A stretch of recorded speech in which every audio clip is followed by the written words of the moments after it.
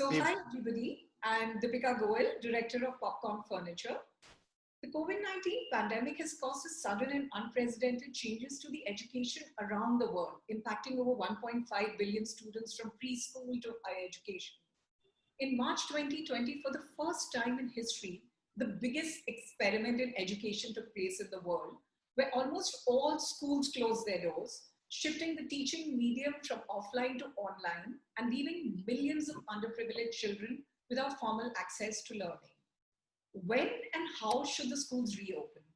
We approach these questions with very limited data, and past epidemics, provide very little guidance for COVID-19. However, we do know that the schools will reopen and we're getting closer to reopening. Simply put, we cannot reopen society without reopening schools fully. Before I start, I just want to thank India Didact for all their support for this Reopening Schools initiative. Our panel today is as distinguished as it can get. We have three doctors, one of whom is a Padma Bhushan and a Padma Shri awardee, a school director and the head of a sanitization company. So let me start by introducing our esteemed panelists. Shama Chona needs no introduction in the education sector. She's one of my heroes, and Dr. Chona is a Padma Shri and a Padma Bhushan awardee, a former principal of DPS School Arkipuram, and the proud recipient of 65 awards. I think you can get an Oscar for that, Dr. Chona.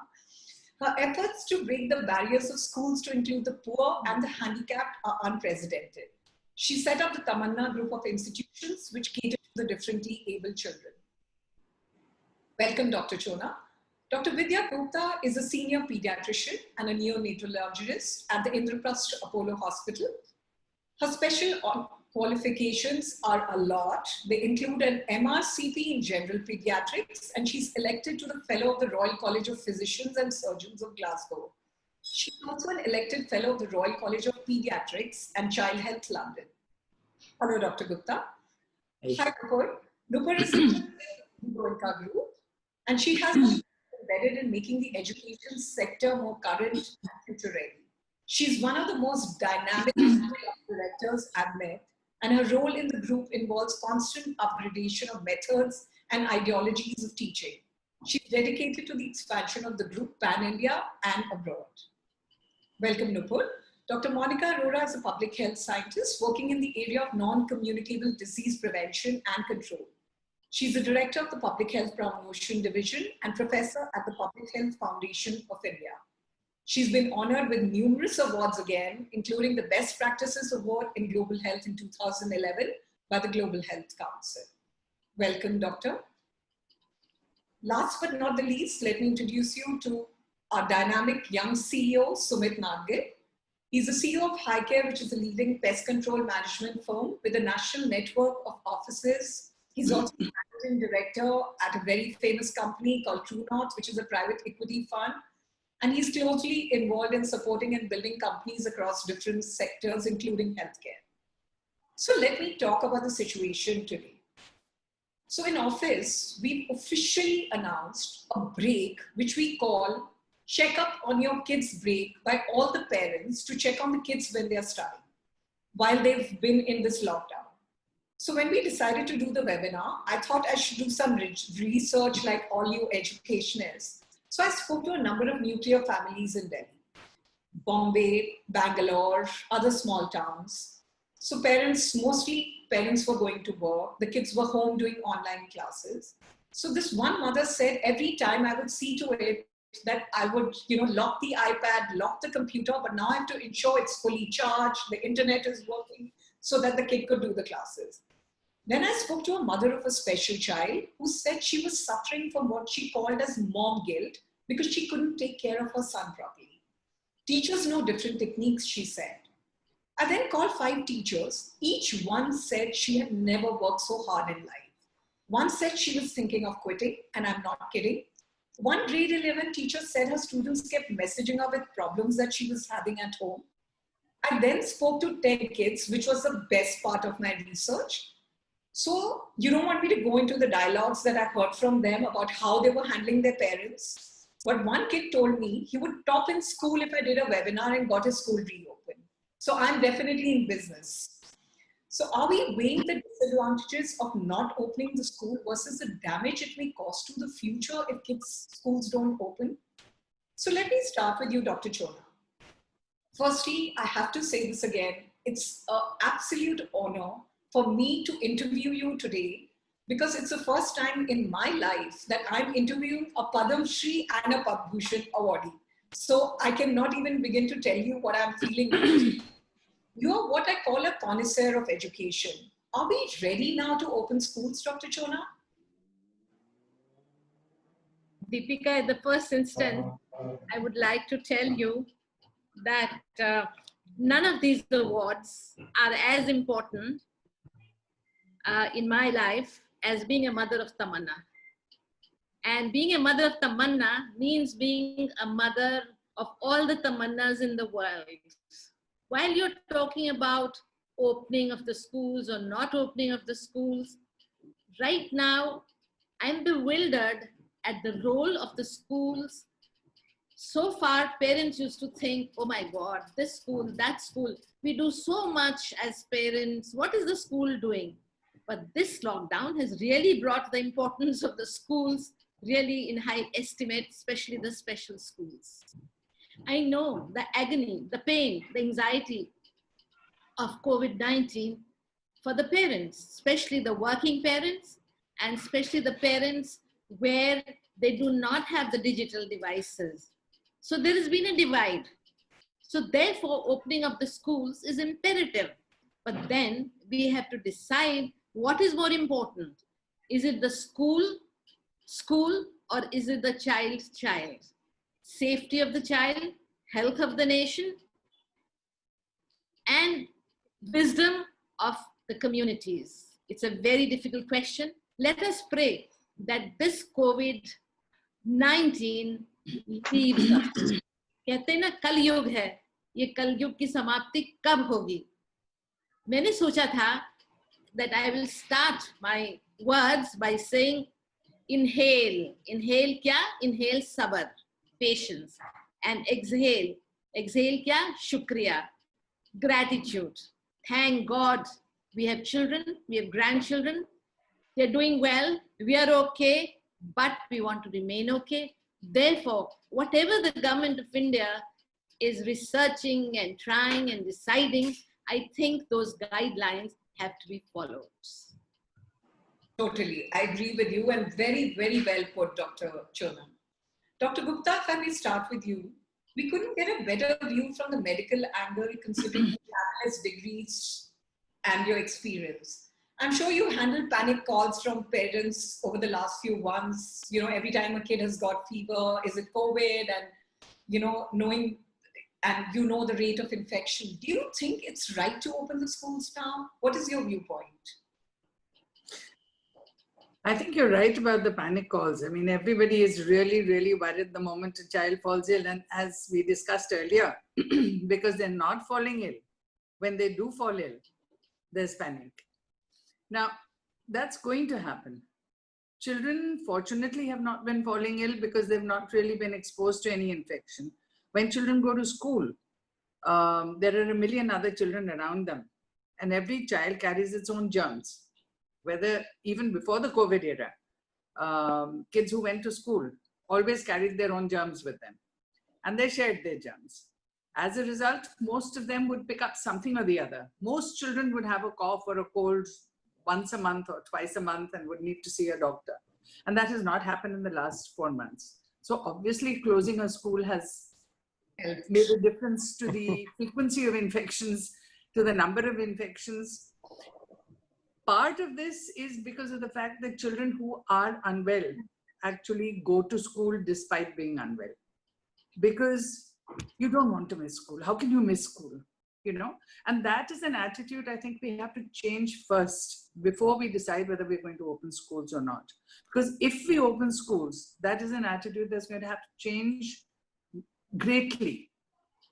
It's going to have to be that I am responsible not only for my own child, I'm responsible for everybody else's children, and I'm responsible for the general health of everybody.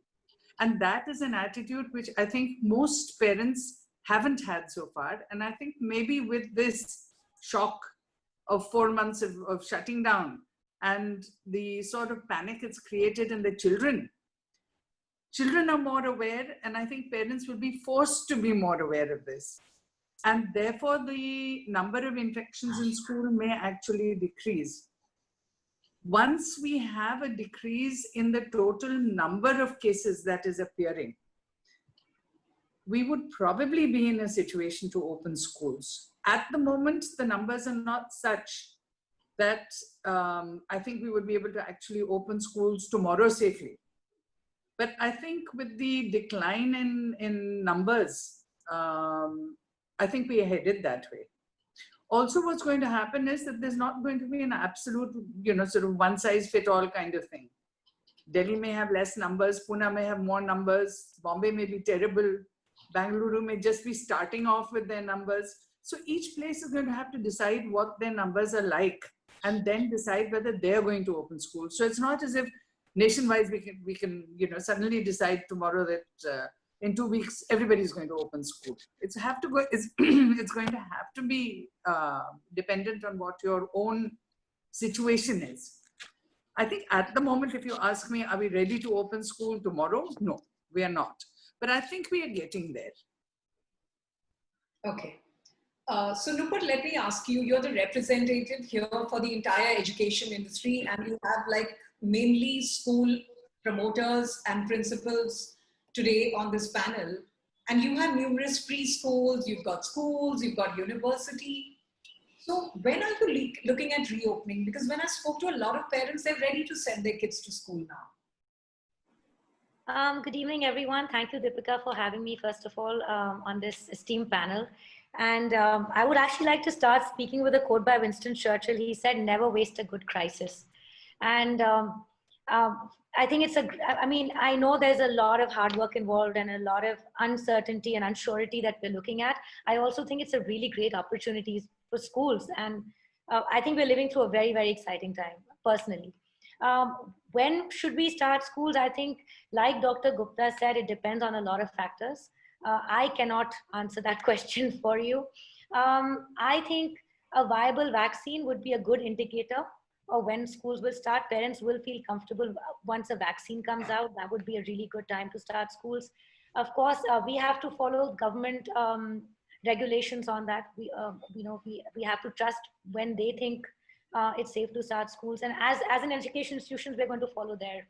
But honestly, for me, I don't think before another 2 or 3 months, it'll be a very viable option to start schools. I think another 2 months at least.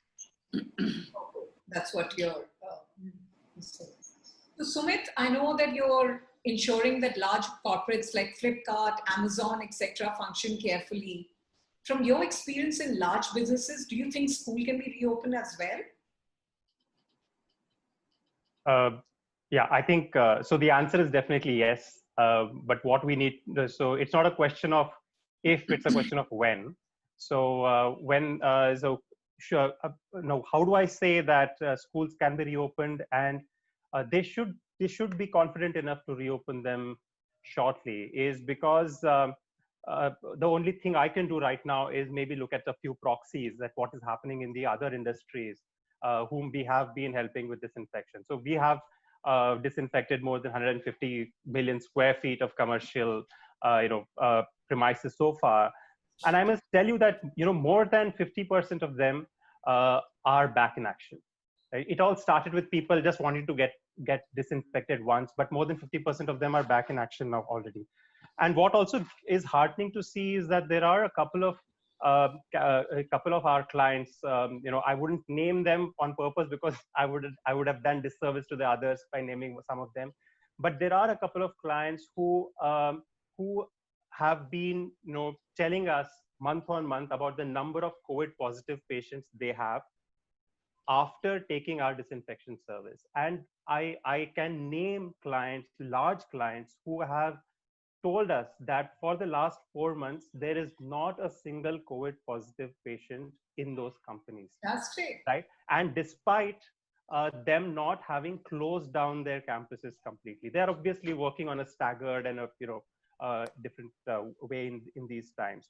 So that is one thing which gives me a lot of confidence here. And second thing is, there have also been these segments like hospitals, doctor clinics, who don't have the luxury of stopping work at this point of time. They're all, they have all found ways to actually make it work. They've found new protocols. They've found new hygiene standards to actually make sure that you can solve the problem. And the other thing in all of this is, there are two parts to solving this problem, right? So one is, I definitely need to ensure that the place is secure. But a bigger, and which I think is not that difficult, but I think the bigger issue here is also to build the confidence in if I'm an employer, I need to build the confidence in my employees. If I'm a school, I need to build the confidence in all my employees as well as the parents, to say that yes, I have something secure out here. And that is going to take a little bit of thinking in terms of what we really need to do to secure that confidence. So that would be my answer. Coming back, I mean, I think they can be opened. How soon or later will be dependent on the location, the number of cases in that city. But Yes. I have lots of examples to say that it is possible if all the precautions are taken. Fantastic. So, Dr. Arora, from your expertise in public health and dealing with children as well, if we were to keep safety measures in place, then are we ready to open now? What do you say? Or does it depend on from place to place?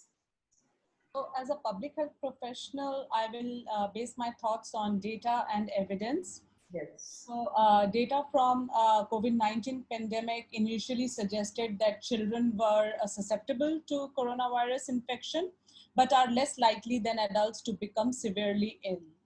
However, it is now apparent that children are at more risk from clinical symptoms than earlier understood, and have been seen to develop pediatric multisystem inflammatory conditions associated with COVID-19.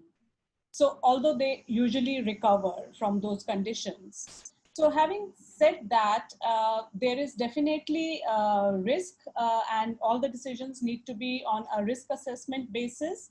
There is also lack of scientific consensus about the impact of school closures and reopening on community transmission of the COVID-19. There is definitely a concern about indirect effects that school closure will have on students and parents, as we were discussing informally in the beginning. Schools, we all know, is not just for education. They provide social protection, nutrition, health, emotional support to the student. So for their holistic development, we are losing a lot by closing schools. So it is that right balance that needs to be looked at, whether closing the schools is also bringing equally important benefits. Definitely, the no benefit is important than ensuring life and well-being of these students and the school staff. Therefore, opening of schools currently is definitely a colossal challenge for school authorities, administrators, governments, even parents. Some of the parents are very sensitive about the whole issue of sending their children to school. They feel our children will not lose out anything if they don't go to school this year. But we also have to, as a society, look at whether with these education guidelines being given through distance learning, online teaching, whether it is reaching the low socioeconomic status families. And are we creating a further divide between haves and have-nots, with the others losing out on this important education phase while those with haves continue to get this benefit? So I think consultations and communication with parents, teachers, students, and communities at large are very necessary to understand their concerns, address them, and then decisions should be jointly taken, because it's a complex situation currently with what the evidence is pointing, and whether we want to reopen schools, not now, but in the future, we have to start thinking about the models for reopening. Absolutely. If we have to reopen in 2 months' time, later this year, we need to know what are the processes and protocols that need to be followed. So with all your opinions, what is one thing is clear I think we all agree on this, that the schools will reopen shortly, and seeing the trend in other countries which are affected by the virus, it probably reopen soon. Because in America, there's this entire campaign about getting schools to reopen, funds are being allocated and everything. And honestly speaking, you can never reopen a society fully without reopening schools, because they're a very, very important pillar of society. So Dr. Chona, if I may ask you again, you've been the principal of DPS RK Puram for so many years. I'm dividing the society into the privileged who have the internet connections and laptops and those who do not. Are we talking about a staggered opening here? Should we reopen the schools for the most affected by the lockdown first and get the others later? You see, AMH, RD has just done a survey, and it has included thousands of principals and parents and teachers. And the survey report certainly determines that child is more important than learning. And so far, our advocacy was for child-centric schools, but now suddenly we are talking about teacher-centric. And I must congratulate the teacher community for being able to evolve themselves and come in with whatever they're able to do in the offline teaching, online teaching. And this shift from offline to online has been extremely, extremely successful. But the fact still remains, as mentioned by one of the panelists, that the health of the child is very, very important. And while you are straining your eyes, you're straining your back, there is no physical movement.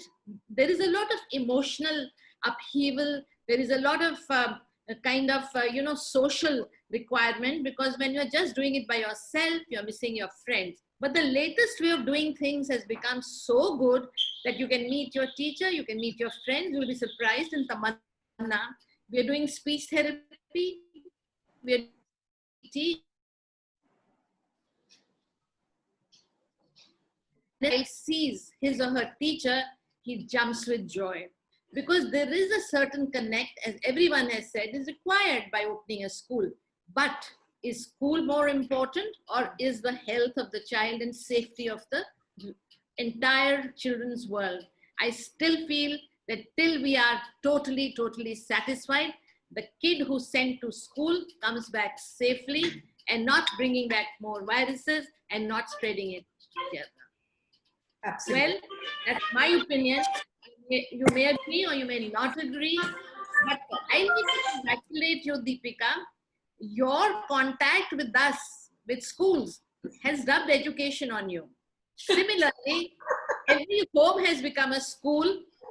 Every room in a house has become a classroom, and every parent has become an inspector of what is being taught. Is the teacher doing right? And suddenly they realize how much the schools work with their children. I think this interactive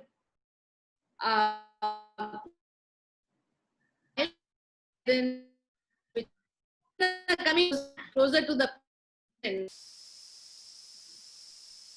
So kids get neglected, but now by force they have to be together. So I just have an announcement to make. This is just amazing. I think that we've had so many people log in that we can't take any more people on Zoom. So I just want to tell my team who's coordinating at the back, if you could please put out a message for people to see it live on Facebook, because we can't even take it. We've finished the entire capacity of the large Zoom that we bought. We've had so many people log in. And honestly, I can't even keep my eye on the amount of questions. So it looks like we'll be sitting here for a long time, the amount of questions that we've got. So Dr. Gupta, the American Society of Pediatrics says that the kids are the least affected by the virus and the lowest risk group. Do we then need to weigh the behavioral and other problems of kids being at home, or do we actually get them all back into schools with safety measures in place? Or do you want a staggered, sort of an opening? I think how schools are going to open is all going to depend on the people who are actually opening the schools. because every school facility is different.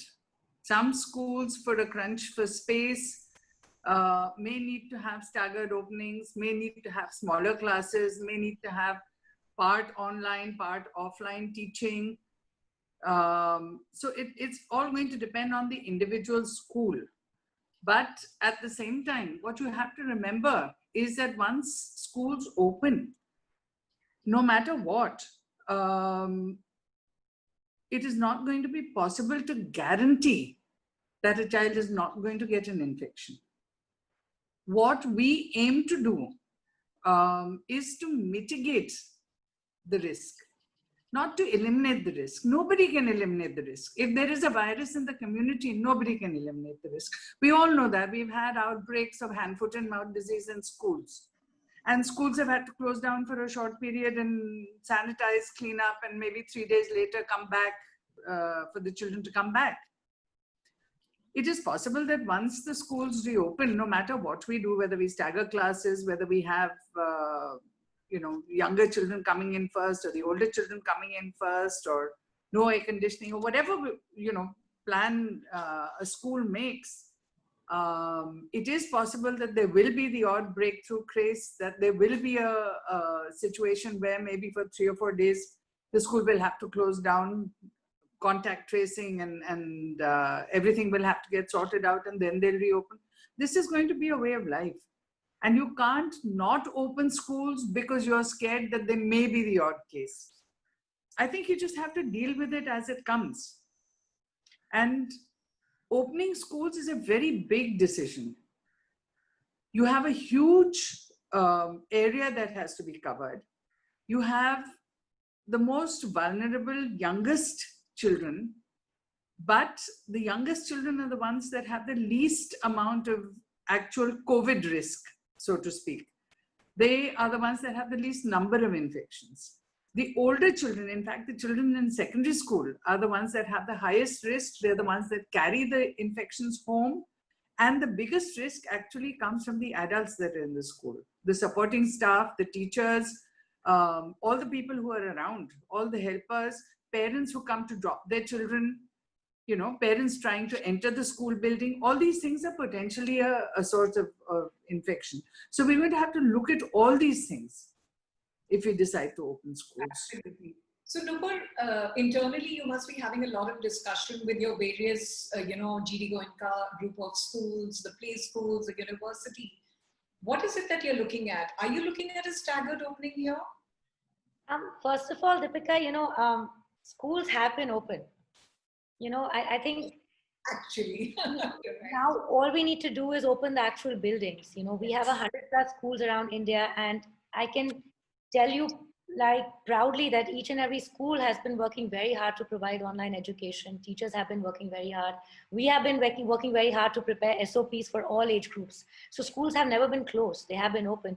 And this is something that I actually would actively request parents to understand as well, how much hard work it goes into upgrading technology for a teacher to learn a complete new set of skills that they have never been exposed to before. So if we have a school in a tier 2 or tier 3 city, there are teachers over there who are learning technology who probably never even opened a laptop before in their lives. So teachers have really stepped up their game. Schools have really stepped up their games. We have been open.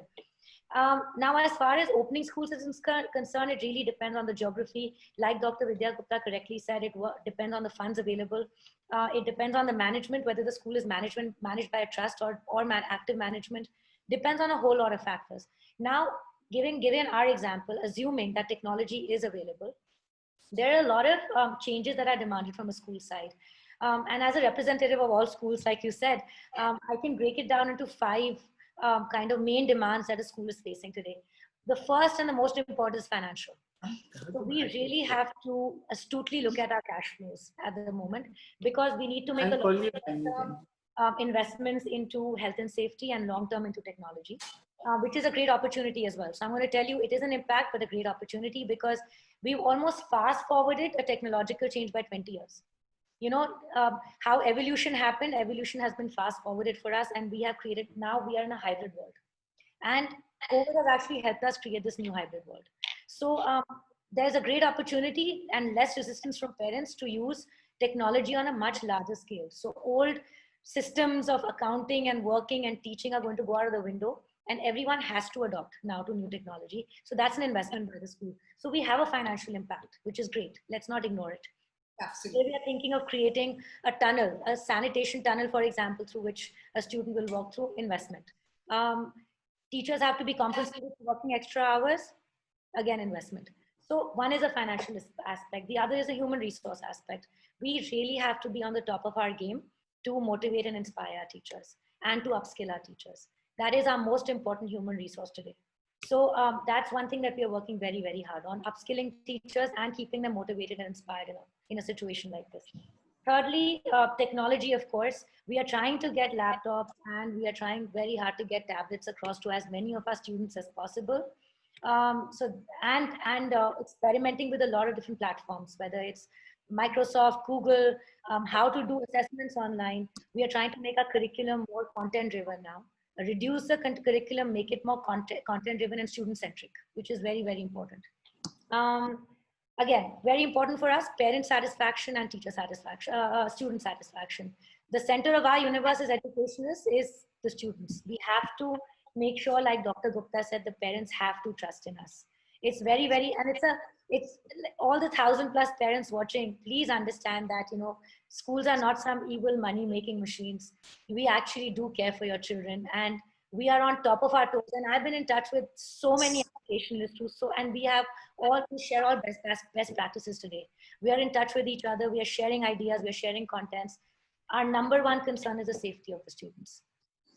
So it's a humble request to the parents, please have open communication with your school, and a humble request to schools, please communicate openly with your parents. It's very, very important that we're resilient, we talk to each other, and we solve these problems together. And fifth, we have to be very careful as schools about regulations. There are already such strict regulations for K-12 schools. Now, once everything opens, we are going to face a lot of regulations. So that's something we really, really need to work on as schools. So these 5 are the changes. I won't call them challenges, the changes we have to make. And we are getting and preparing ourselves for these 5 changes. Mm-hmm. Sumit, so what has your experience been with offices? I know that you've been doing the sanitization services for a lot of big groups like Amazon and Flipkart and Biocon and all these companies. So has there been a staggered opening in the office, or has it been like sanitize and open it to everybody? So again, staggered opening is the answer there, because it is not like a step function that one day everything is on, one day everything is off. But before I even come to answering that question, listening to all what others were saying, there's one thought which I would like to share is, and this is something very counterintuitive I saw in my company. So what we do here is every day, each one of my employee sends in a message. Everybody has an app and sends in a message if everything is okay or not. And this is how we measure who has tested COVID positive, who has any symptoms, etc. And every day we look at, how many new COVID positive people really, how many new people tested positive, etc. What was really surprising to me is that all my hygiene experts who are on the field, who have been working for the last 4 months continuously, despite the lockdown, despite rains, despite summer heat, etc. The percentage of people who have tested COVID positive in them is half the percentage of people who have been working from home. Okay, now why am I making this statement? Is because we all have this we are all living in this bubble saying that I'm safest at home. I know nothing will happen to me at home, but at least my data here is proving to me that maybe there are different reasons possible for this. Is because when we are at home, maybe we don't take as many precautions. When people are out there, they're taking more precautions. They're really being careful, and they are actually following the protocols needed. Maybe the people on the ground, because they have a large proportion of minimum wage workers, like many people like to believe that their immunity is higher, they are more resistant to different types of bacteria because of the style of living they follow. I don't know what the reason is, but my data says that people who have stayed at home seem to be testing more positive. So I would just keep that data point here when we talk about all of this.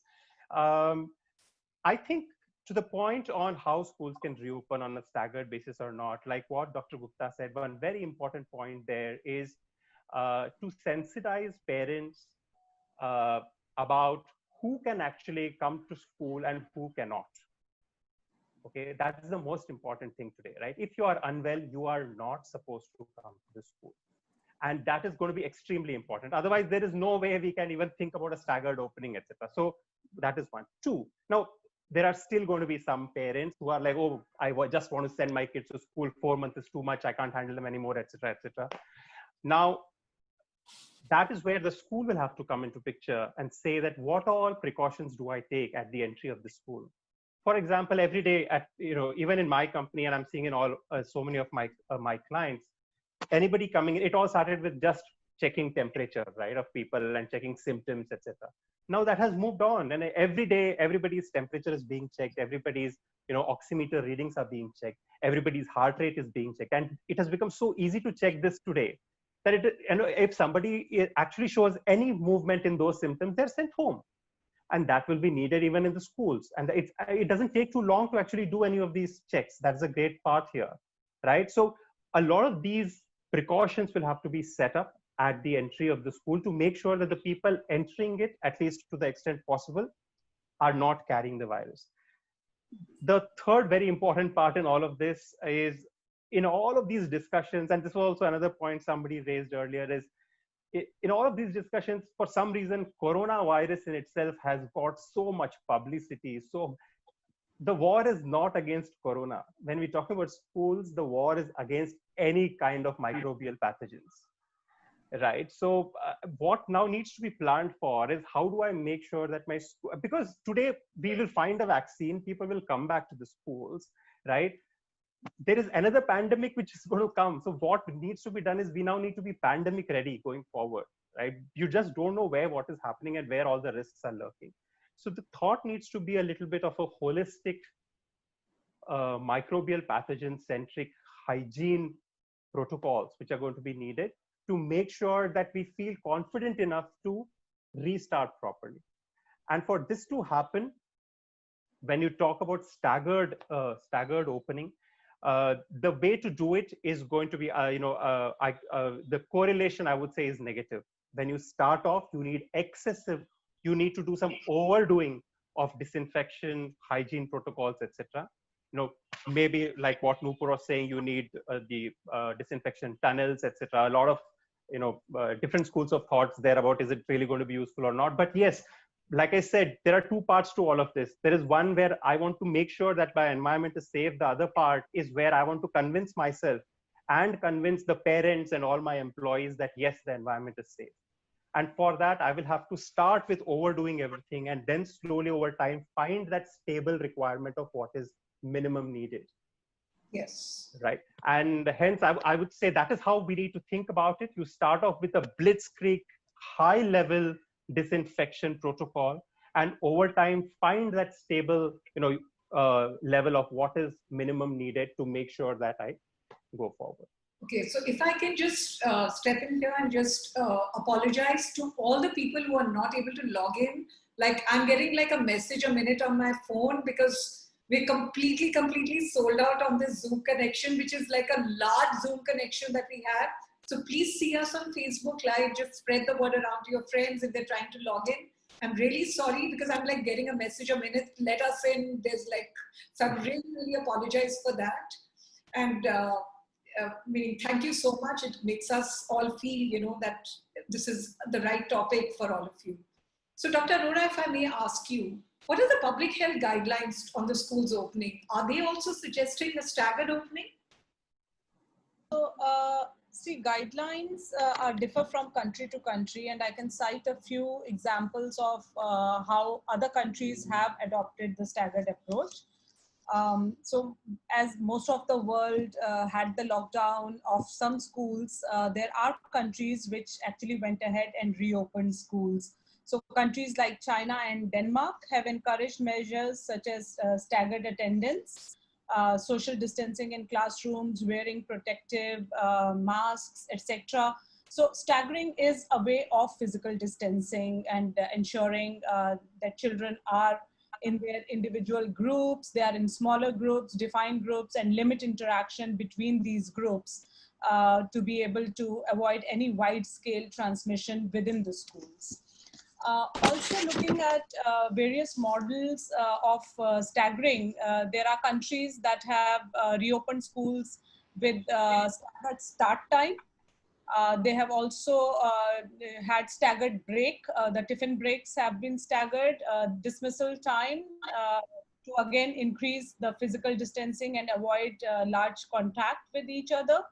Also looking at having smaller classrooms. So class sizes have been reduced by dividing them into smaller groups and alternate shifts, having morning and afternoon. So Germany, South Korea, potentially Scotland, they are looking at these models of alternate shifts, having some students in the morning, others in the afternoon, and also attending alternate days. So Belgium, Switzerland are looking at those models. Also, the number of countries, as Dr. Gupta had pointed out, that staggering is also by age groups, whether they allow younger students to start first or older students to start first. And I see on the chat there are varying viewpoints of parents and other stakeholders who are saying it should not start for younger children, it should start for senior, let's see the response and then come to the younger ones. So there are different approaches, but yes, staggering is recommended. And again, as I said, we have to start thinking about models of reopening. So staggering is one strategy as a mitigation strategy. Thank you. So I'm going to open the question answer, the panel, the questions to the panel now, because it's actually insane the amount of number of questions we have, and also the amount of people who emailed us before because they felt we didn't take their questions at the last webinar. So Dr. Chona, I have a question here for you.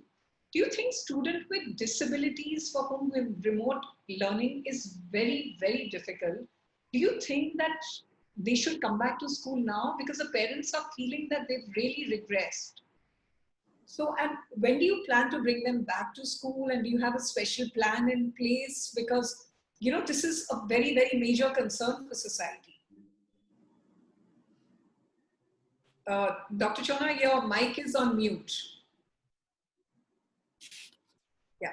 I think we cannot differentiate between children and children, yes, disabled and others. So the points of risk are common, though the parents of the disabled right now are far more frustrated because they do not know how to manage their children. Also, the kind of preparation the special educators and therapeutic interventions, etc., are happening, if they can actually be trained to use the devices, it will be really nice for them. Because I don't think, and these kids are more prone to disease or you know, any kind of virus or any kind of problem. So I sincerely think that we could try blended teaching as in all other for the students, because then it will give us an opportunity to get some on a particular day and see how they went along, and then give them rest and then get another group. In any case, special schools are very small. They don't have more than 100 students to a center. So, but I think we've had enough of, you know, kind of making our children go through so many experiments that we don't want to make another one. I insist and plead to the entire group here, a child comes first. I know parents are very tired. I know it's important for them to have some rest, and the disabled children's parents have even greater problems of looking after them, especially if they are working. But all the same, you have to at this moment leave everything and be with your children. In the offices, it's different. In the schools, it's different. And in the special schools, while children are children, yet their care is different. Dr. Gupta, do you think we need to take some special care for opening the schools for the differently able children here? A lot of the differently able children are going to need assistance. So we need to be able to provide the assistance. We need to provide the support systems. And what is going to happen is that we're going to have to be very, very careful with the support systems, because a lot of close contact will exist with the supporting staff. And the supporting staff needs to be well. You know what we were talking about earlier, about children not going to school if they're ill. If somebody in the house is not well, if they've been in contact with somebody who's not been well recently, I think we have to exaggerate things to the extent where even in that case a child does not go to school, because that's the only way of really being careful. And similarly, for staff that comes in, and particularly to schools where there are differently able children who need more assistance, where they're going to be in close contact with them, the same thing applies. So as a result, you're going to have people maybe not coming in more often, maybe having less staff, or coming in and being a possible source of infection. So you have to keep all these things in mind when you start opening schools, and when you start looking at the challenges associated with opening schools for differently able children, as well as other children, as well as children from different socioeconomic strata. They're all different problems. Individually, they all have their own issues that you're going to have to deal with. Absolutely. So it's really a very, very large scale problem. So Dr. Gupta, can I ask you, in the last 4 months, have you had a lot of children who've been affected by the COVID virus? That's a good question. I work at Apollo. Now in Apollo, in the pediatric unit, we have had maybe 15 patients who have tested positive, but they've come in with other disease. Okay. Children who've actually had problems because of COVID are probably about 4 or 5 children who have come in and retrospectively been diagnosed with COVID. They haven't come in with COVID. They've come in because they've had other problems following probably a COVID infection, because they have turned out to be antibody positive for COVID, and they've had what we were talking about earlier, multi-system inflammatory syndromes. These fortunately have a better response. So we've seen very few. Compared to the number of adults who've been admitted at the hospital, this would be a very, very, very small percentage of the total number of patients with COVID disease. So no, children haven't had very much, but there are many reasons for that. Part of it is their own immunity. Yes. And the fact that children don't tend to fall ill with coronavirus as easily. They tend to be carriers more often. The other reason is that we've got our kids sort of hidden away. How are they going to fall ill? And if they fall ill or they get a positive test only because there is an adult who is testing positive. Mm-hmm. The majority of kids who have tested positive that I have looked after, I've just tested positive because the mother is positive, father is positive, and they've tested positive, but they're perfectly fine. A few of them have actually had diarrhea. And I think that's something we're going to have to emphasize to our parents. When children return to school, it's not going to be just, do you have a cough and cold? Do you have fever? Do you have any symptom? Because corona is presenting with so many different symptoms. I have had at least 3 children whom I've seen on video consultation. I have not actually been physically seeing children who have had fever as far as possible. But these children have all come with fever and diarrhea. And they've tested positive for corona on a swab. And the fever has followed the course of 4 or 5 days of fever and then settled down, and the diarrhea settled down, and they've turned antibody positive afterwards. So obviously it has been a coronavirus infection, not just a colonization. And I think this is something we're going to have to emphasize to all parents, that any form of illness, please don't send your child to school. Which is going to be very, very hard because culturally we are so tuned to मेरा बच्चा कैसे नहीं school जाएगा आज, क्या miss करेगा, how will he catch up? You know, it's like they're, I don't know, doing a PhD or a final MBBS exams or something. The fear of missing a day of school, which I think we just have to get out of our systems eventually. Life has to change.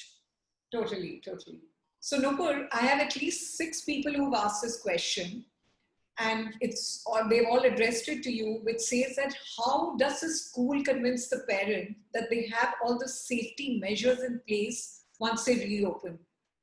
And also, I know you and I have been discussing, and I know that you don't agree with me that schools should open now. So do you think it's like a challenging situation because you don't want to open because, you know, you're responsible for the safety of these children and you can't guarantee 100% safety for sure? See, what we want as school owners or don't want really matters very little. Once we get a government directive that opens schools, you know, we have to open schools. Okay. Now, the question over here is that, you know, how do we create that trust in parents? I don't think trust is created overnight. If you are a school who has never created that trust in your parents, I don't think you'll be able to do it overnight. It's a process. As one of the USPs of our brand has been always hygiene, safety, security. So it will be a task, but I don't think it'll be a very big uphill task for us as a group. Now, what precautions are we taking? First of all, transparency is very, very important. I think that's something, you know, communication with parents is very important. Involving parents as a part of the school community and creating task forces to take decisions together is also very important. And that's something we are working on very actively. We're also, on a practical side, we're also making very short videos of what measures we are taking in the schools to ensure safety. In fact, to prepare for this webinar and to give everyone a taste of what schools are doing, I actually made a list of things. I could read out a few things to you if you want, but just to show parents, because, you know, all of you are in education, all of you are doctors, so you know what's happening. To a layman parent, it's very difficult to imagine what all measures a school can take, and there are thousands. There are SOPs available. There are so many institutions helping us out. All schools are collaborating and sharing SOPs actively. Today, I can call up any school friend owner, and he will say, here, share my SOPs for class 3 to 5. This is what I have created. So we have actually created detailed SOPs, which are very accessible and easy to understand, even for the lowest technician or the lowest stakeholder in your organization. So first of all, communication, transparency, and maybe sharing information. So sending short videos, photographs, keeping parents in touch. These are the things that we are doing. This is what we are creating. All of that really makes a huge difference. So our teachers are constantly in touch with parents for that. Absolutely. Yeah. In the disability sector, I'd like to add, Deepika, you'll be so surprised that the response of the students to technology is much better than one had expected. They love holding maybe a phone or looking at the television or having an iPad because they feel empowered. They feel that they are doing something, and it's not the teacher who's imposing anything on them. I think the answer to all of it that we are discussing today, opening of the schools, is certainly not in our hands. We have to go by whatever will be. Absolutely, absolutely. Deepika, can I moderate the moderator for a minute? We have to have proper policy in place, whether it's... Sure. Sorry, I interrupted you. Your video paused, please. Sorry. It was something. You wanted to say something. You had to say something? No, ma'am. Sorry, I interrupted you. Your video paused. I thought you finished what you were saying. Please do continue. So all I was saying was that whether it is blended teaching or whether it is, through the devices, the important thing is that we should not have a divide. We should not feel low about it. We should not think that others are more privileged than some. This is a country which has so many complexities, which has so many types of schools, and one rule does not hold true for everybody. That's all I wanted to say. So we at Popcorn, Dr. Chona, we've sold furniture to over 8,000 schools all across India and abroad, and we've always been very concerned about the safety of the kids. So we wanted to do our best, in fact, in our own way to make, so that schools reopen so safely. And we worked with a few experts and we came up with a health curriculum on reopening schools, if I could have it on the screen now. So a big thanks to Dr. Monica Arora for all her help with the curriculum. And we'll mail it to all of you, of course. So basically what this does is that it helps you in, having a simple guideline as to how you can end up in reopening the school safely and have, your kids back with the least amount of danger. We also have 3 books on, helping with the sanitization. One of them is from WHO. They're all on our website on popcornfurniture.com. Please just go on it and you can just download and have a look at all these books. So that's really going to end up in helping all of you. So Dr. Manu, Special furniture that you have come up with. I mean, I would like to know. You should have another webinar with students in it, because they have a voice and they have a choice, but they have no choice. So it would be nice listening to the young minds. None of us ever think of them. We only think of the schools, the teachers, the principals, the owners of the schools and so on. What about those kids? I know they are suffering. So let us ask them, how can they help in opening the schools and remaining safe? If I may have the privilege of saying so, because I think I'm the oldest of the panel here. Yes, grandmother, and about 60 years of young people, and they're still my gurus. If you can take kids as your gurus, Deepika, popcorn will be high up in the sky. Absolutely. The next, you just gave me the topic for my next webinar. Exactly. So Sumit, if I may ask you, the sanitization services that you normally do involve chemicals, like, especially when you're doing it for a hard virus like coronavirus. So do you have like, a sort of a herbal or a non-toxic sort of a treatment for children?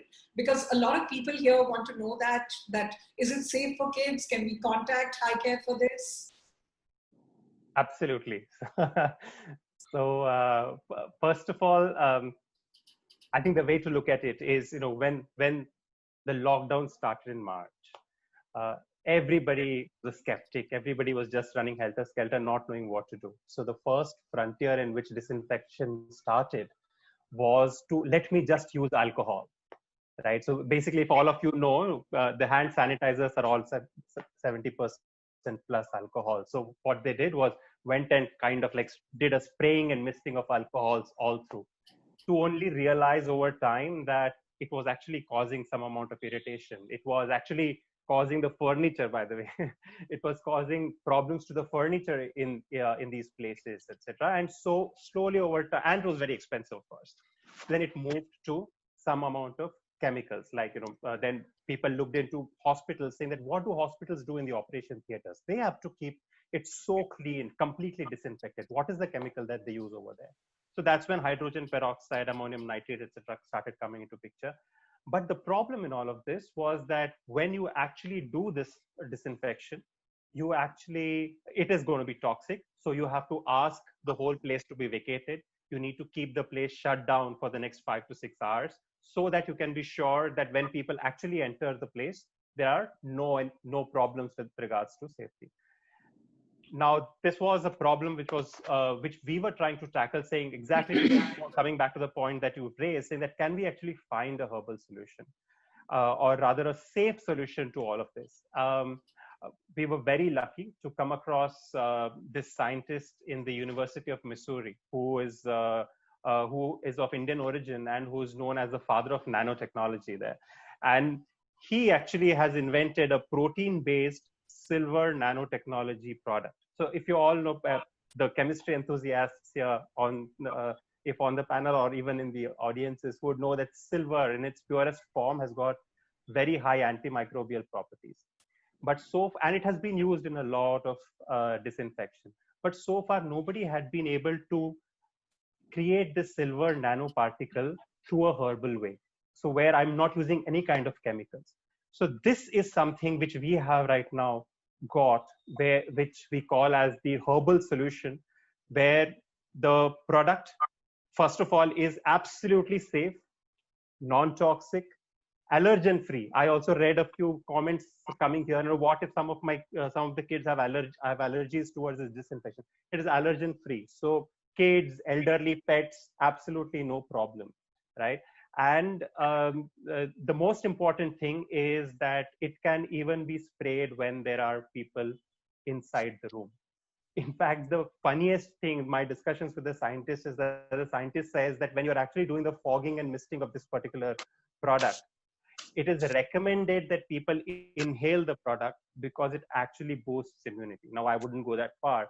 However, the point being that it is that safe. We have tested it. A lot of the doctor clinics, etc., have started using it, and the results are fantastic. So, in terms of, are there new solutions which can safely solve the problem? The answer is yes. So there are these amazing solutions now which are completely herbal, non-toxic, allergen-free, which can be used, which have no problems to skin, eye, any kind of irritation, kids, elderly, no problem at all. Okay. So that need not be a worry. So Dr. Chona, I have a question again from you, from a panelist. And I'd like to add here that I know that you are in touch with so many teachers. You're probably one of the person with the biggest network of fans all over the country, if I may say so. And these teachers have actually been like our mascots, and I actually salute all of them for the additional workload that they manage. So a teacher wants to know what sort of a role can we look at a teacher playing in reopening schools safely, and how to keep our teachers safe? Because the problem here is also about keeping the teachers safe. Actually, what their worry is quite meaningful, because till we understand that coronavirus is going to be sort of out of our lives, where it's the schools, it's all right, even offices now, people are working from homes. The amount of work teachers are doing at this moment is very, very tiring, right? And I think they're all praying that the school should open, yes, so that, you know, we have some social life, we get out of the house and do whatever they can. I am with the teachers, but I also congratulate them for coming to this, you know, new way of teaching in a manner which is so very difficult and evolved. What advice can one give to the teachers other than the fact that we are with you? And I do hope the country now respects the teachers much more than ever before, and they're given the status that they should. Why should we not have Indian Education Service just like the IAS? The moment that happens, I think the teachers will have a kind of feeling of confidence that will put them there. And if they are there, the students are bound to reach there as well. I hope I've answered your question, if I understood it. Actually, Deepika, I'd like to add something to what Dr. Chona said very rightly, is that, you know, we have a very ancient tradition of treating teachers like God. And somewhere, you know, in the last 20 to 30 years, we've forgotten that. You know, teaching is a noble profession, and suddenly for the last few years, it hasn't been. And I think we need to start teaching teachers like gods again, because they really truly are. Like they say, Guru Brahma, Guru Vishnu, Guru Deva. In our culture, it's deeply embedded. And we need to bring those old-fashioned values back if today we need to open school safely and have that trust between parents and teachers and students and teachers reestablished. Absolutely, absolutely. So Dr. Arora, there's a question here for you which says that does a school need to get a blueprint ready in place now and not wait for the opening date? Because, you know, there's a lot of planning which has to take place. They have to get sanitization in space. They have to decide which teachers are coming back, what's happening. So is there like a blueprint that they should start working on now? So definitely there are, you know, some common guidelines. WHO, Centers for Disease Control in US, UNICEF, all of them have issued several guidelines. So definitely Government of India would also come up with the guidelines when schools are announced to reopen. However, decision makers should consider some of the key issues when they are considering to reopen schools. They have to see you know, what is the current level of interaction that school has with the and coordination with the public health authorities. because we have to be mindful that if a case comes up, you have to inform the public health authority. So you have to start making those contacts, understand what are the procedures, protocols, and also what is the number of staff who are at risk. You would have seen the data that people who already have some kind of non-communicable disease, a chronic condition like diabetes or hypertension, they are at much higher risk to contract this infection. So you have to start taking into account and see who are the number of staff who are at risk of severe disease, number of children with underlying conditions or special needs in your school according to the context.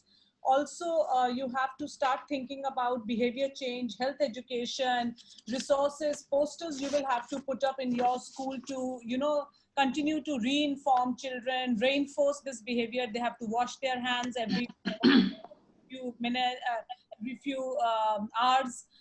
They have to wash it for 20 seconds, and those kind of guidelines. What cues and reminders you will put in their physical environment when they come back to school, you welcome them back to school.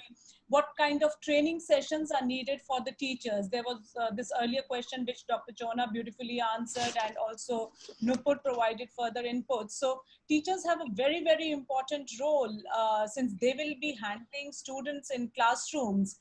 They will need to be trained on how they have to reiterate this message again and again for children, how they have to bring about this behavior change. Also, teachers have to ensure that they are able to see some of these physical distancing guidelines and are well equipped with it. Are they ready? Is there a preparedness plan for the school? Also, whether any physical infrastructural changes are needed, like having plastic desktop dividers in classrooms, lunchrooms in many schools. So, these are some of the measures they can start planning. But what WHO has recommended for school opening is like hygiene and environmental cleaning to limit exposure, screening and management of sick students, teachers, other school staff. How will that be handled? If there is a medical officer in school, nurses, how they will need to be trained. Communication with parents and students, as was suggested. And I truly encourage and support that, yes, students should be brought on board such webinars so that we can hear their concerns. A lot of mental health issues are coming up because children are at home, they are not doing their usual activities. Please listen to them. Also, physical distancing at school, how we will be maintaining those, whether any possibility of doing outdoor lessons so that is not an issue, and how there could be a blended method of having some sessions in school and continuing teleschooling. So these are some guidelines that schools can start planning and looking into. Okay, Nupur, I have a question here from a school promoter in Baroda. What he's asking is, are we looking at a hybrid model here where 50% of the kids may come to school and 50% parents may say, till the vaccine comes out, we're not sending our kids to school? So he's, in case that happens, what do we do? No, absolutely. I think that's a model we are looking at, and schools have to adapt to that. If some parents are not in agreement, we have to look at each student now on an individual basis. And that's why our task actually becomes harder. There'll be certain parents who will say, we will not send our children to school. And that's fine. A school has to figure out individually the individual needs of every single student now. So a hybrid model is what I'm looking at. In fact, I think a hybrid blended sort of learning model might just continue post-COVID as well. And why not? There are great opportunities in it. For example, I could actually hook up my students with some of the best minds and professors, say from Harvard or Stanford, because online classes are now becoming a norm. So I think a blended model would be amazing in terms of even sustainability, in terms of pollution, in terms of traffic, dealing with children spending more time with their parents. I think it would be a great model for students to come to school 3 to 4 times a week. And this could continue post-COVID as well. There's a lot of positives to it. In fact, when we're talking about, children with disabilities, I think a lot of children have actually flourished from this online model. Children who are scared of speaking up in class or have peer pressure actually feel safer speaking from behind a screen. So we are seeing a lot of children actually flourishing and feeling empowered, like Dr. Chona said, using their iPads and speaking from behind a screen. So there's a lot of opportunities in this hybrid model. We should continue it even post-COVID, I feel. So Dr. Chona, if I may ask you, meaning you're the most experienced educationist here on the panel and probably one of the most experienced educationists in the country because you have 5 decades of education seeped in you, I would say. I don't think in your whole educational life, you've also seen a crisis like this. So I have a question here, which I'm kind of framing it and putting it to you. So this is like a multifaceted crisis for the whole society, and particularly for the schools, because there's a financial problem, there's a psychological repercussions, and school promoters today are struggling because schools are not opening, they're not able to get fees, they're not able to pay salaries. So what to do under these circumstances? It's students are feeling captivated. You see, what you are saying is like hitting the nail on its head. All that we are talking about is so important in this webinar, because one realizes that we are aware of the problems of the parents, problems of the children, problems of the corporate sector, problems of the educators, and this crisis has never ever been seen before. And so we have to find new ways of fighting a new problem. And these new ways are coming from many sources. As I repeatedly say, that the children are giving us more ideas than anybody else. Like I asked Tamanna, what do you think? She says, Mommy, you're talking about opening a school, but do you think that children can keep distancing? Won't they like to talk to each other? Won't they like to hug each other? Won't they like to play with each other?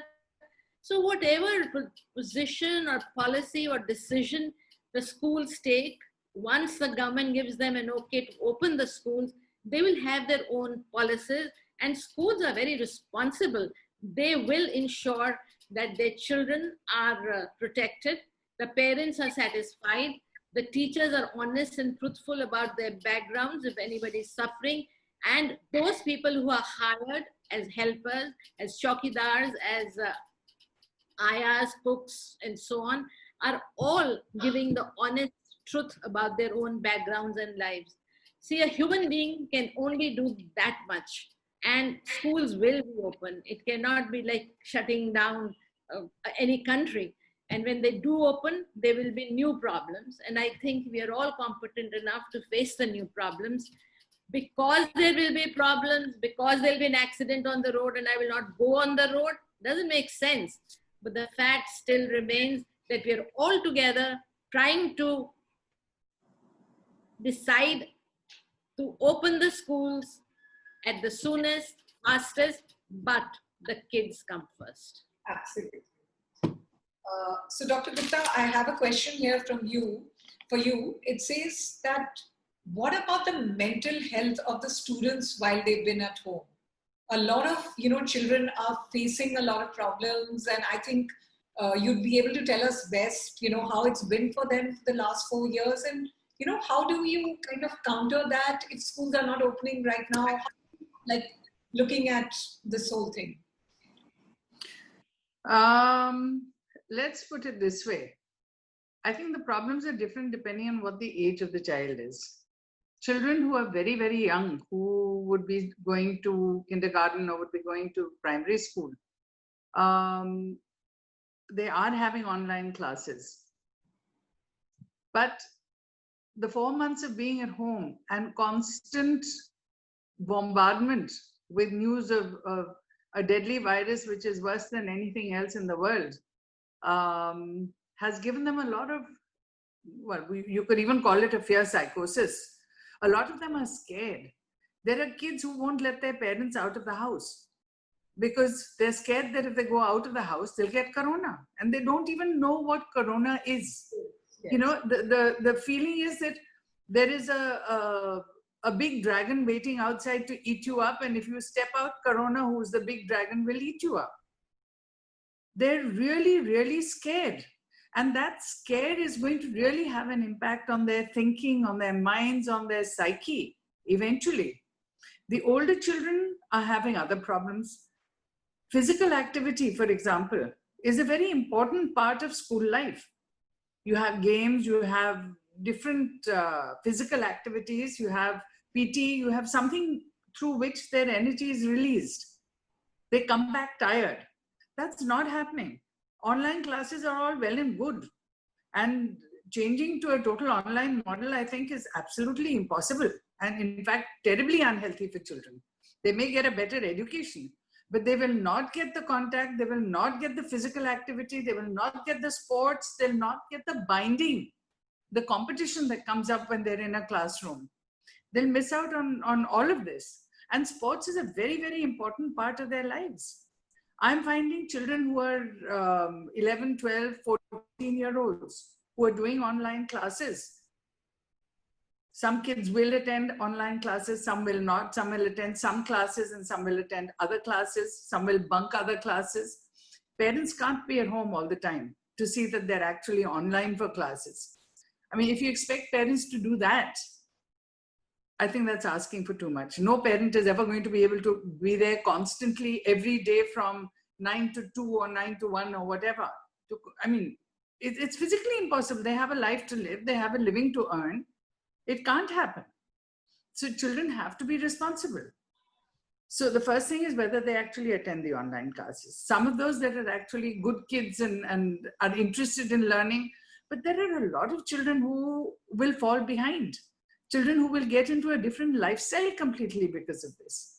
And I have heard so many complaints from parents in these last 4 months that their total diurnal rhythm has changed for the children. They're on their phones till 2 o'clock, 3 o'clock in the morning. They don't wake up until 10 o'clock, or if they have a class starting at 9:45, they'll wake up at 9:30 and in their pajamas be sitting there. I mean, that's just not right. You can't function that way.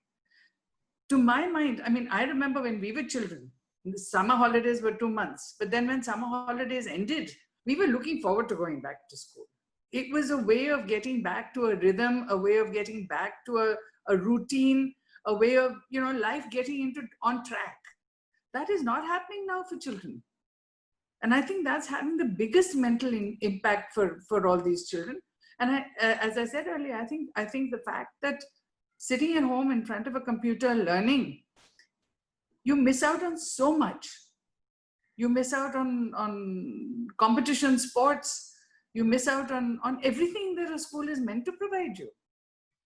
And I think that's having a very big impact. So I think as soon as we can possibly safely open schools, we should. A lot of my patients, the parents are not keen to send their children to school. They're not willing to send them to school, not until next year. And that's a very long time. I don't think that's right. But I think a parent has a right to decide whether they send their child to school or not. You can't fight that. But at the same time, I think if you reason with people, I think they see the light most of the time. Also, what I would like to say is that people have said, a lot of our panelists have spoken about the vaccine. Now, how much immunity the vaccine is going to provide is questionable. The second thing is, even if there is a vaccine, it's not going to be there for at least another 8 to 10 months at the earliest. It's going to be a vaccine which is going to be super fast, accelerated through all processes. So safety, although it will be certified safe, until we actually have people using it and you have millions of people who've been vaccinated, you're not going to get the final answer. Also, knowing the virus or knowing what we know of the virus so far, it is unlikely there's going to be a once in a lifetime vaccine. It's going to be like the flu vaccine, which you take every year. Every year the strain changes or it mutates, just like it did for the swine flu. At the end of the day, you get maybe 50, 60, 70% protection. So what do you do for the rest of the 30, 40% that is, is not covered or you're not protected? No vaccine will guarantee you 100% protection. So you have to look at all these things.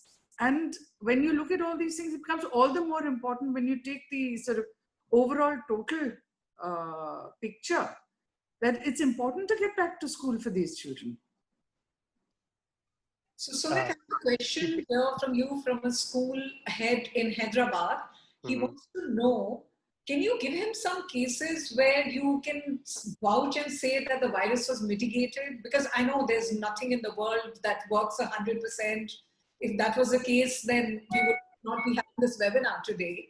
So is there anything, like, can you give them any, like, a mention of a case study or something? Sure. Sorry, I've been wanting to talk after Dr. Vidya and what Nupur and Dr. Chona said. So I'll just give in my thought there and definitely come back to this question which has been asked. So one thing I'd like everybody to understand, it almost seems like we have started debating about online classes versus physically going back to school. See, the beauty, I see there is a huge opportunity which the corona crisis has given not only schools, it has given each and every industry. I am on the board of so many companies.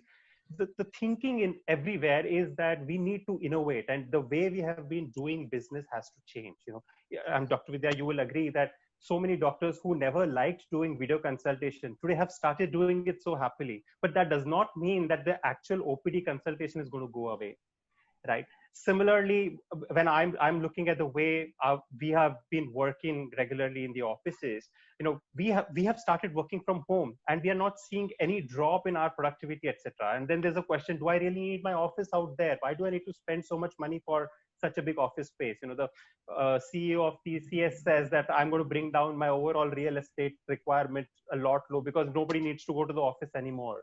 But the answer is not in the extremes, any of these. I think the answer is all somewhere in the middle of this continuum. On one hand, if you have completely online, on the other hand, you have completely in person.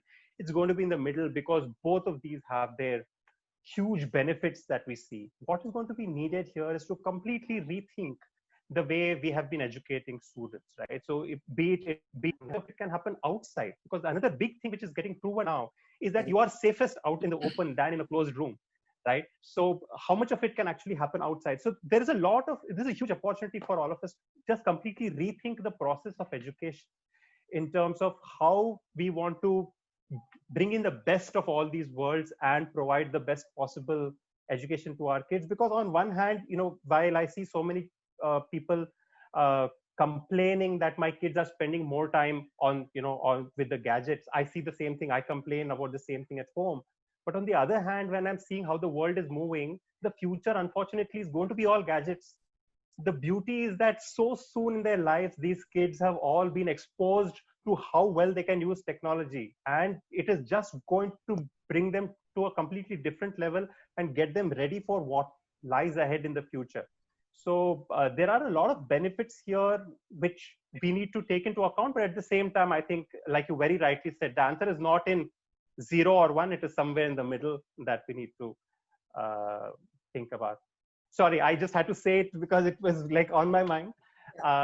Coming back to the question, the answer is yes. There have been, like I said at the beginning, there have been a couple of our clients where we have been giving them daily service, and a daily service here means a daily disinfection. Disinfection needed in this time is spatial disinfection, where the whole aerosol is cleaned up, as well as surface disinfection, where I'm spraying and wiping all the high touch points, right? So that is something which is being done on a daily basis. I also have so many clients who have got buses flying, so which would be very similar to the schools. So the full commercial premises are being disinfected on a daily basis, and so are the buses. We were thinking about, does it need to be done twice in a day? But we have realized that once in a day is sufficing, because the effect of this silver nanotechnology stays for about 24 hours.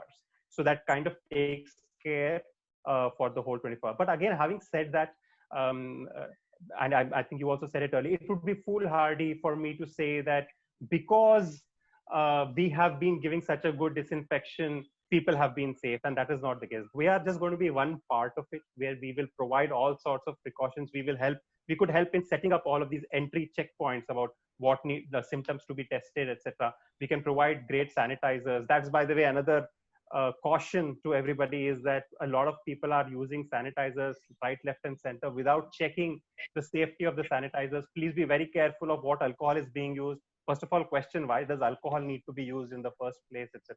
But that's for a different discussion.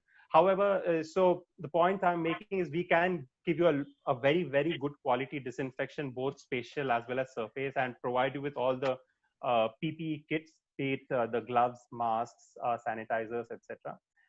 But having said that, I will still want to categorically say that this is not going to be enough. It is also very important for each institution, be it a school or any other institution, to take all the right precautions that we have discussed through this last hour, in terms of creating those boundaries, like what we were earlier saying. There is a first line of defense, which is at home.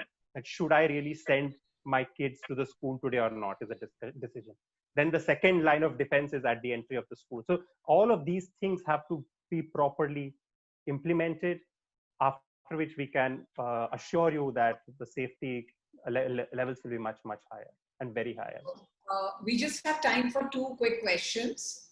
So Nupur, I have a school here who's saying that he is counting on you to be the representative of the entire school industry and put it up to the government to demand some sort of a relief package so that schools could implement, all the safety measures in place, hire extra, people to help out in the entire sanitization services.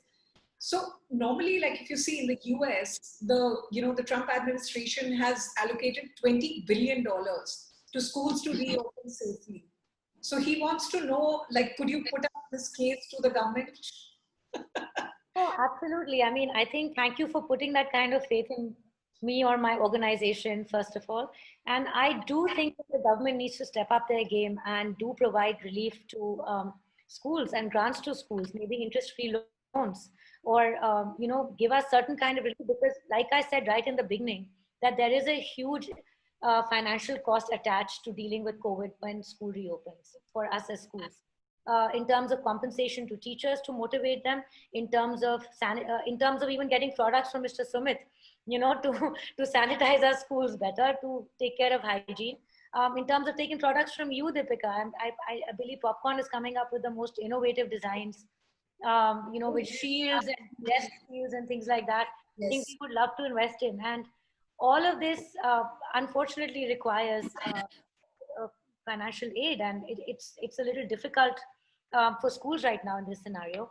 And fortunately, I would like to share with you that I'm already a part of this organization. It's called 50 Arise, where we do talk, where school leaders do come together, and we are creating a document to go to the government and speak to them and see what kind of relief we can offer to the schools. So all that is already happening. And personally, what I can do is we have some detailed SOPs that we have created on opening schools. We even have an emotional well-being SOP. So when everyone was talking about that, I was just going through my emotional well-being SOP. We have things like virtual water coolers in it. We have virtual circle time in it, virtual hugs in it. So, when school reopens, we have a whole page on how teachers should welcome students as warmly as possible, maybe wearing funny t-shirts. So maybe wearing a funny face, anything that will make that age group feel safe and comfortable re-entering school, because they've been living in this dystopian world. So we have all these SOPs created, and I'm very happy to share them with any school owners. Exchange notes. Deepika can provide my email, and I'm happy to email these. Anybody who the same. So I think let's wrap it up, because I think the Zoom blanks out after around 1 hour 45 minutes, and we've been there. The thing. I just have to tell you people that I cannot even describe to you. We have over 1,000 questions here. So I'll probably email those to you and put those people in touch with you, because, these are all genuine questions which are coming. So one thing is for sure, that this COVID-19 pandemic is more a short-term threat to the nation's health. Through its effect on children, the legacy of the COVID is going to live on for some time. And it really shouldn't be a debate of getting the kids back to school, but getting them back to school safely. So we don't want an academic slide or a COVID slide, as a lot of countries are calling it. So would returning to children be safe? Pediatricians in India and abroad are saying that the children are the least risk age group. So whenever we do open, we need to have safety measures in place, and we need to, ensure that, they are all there.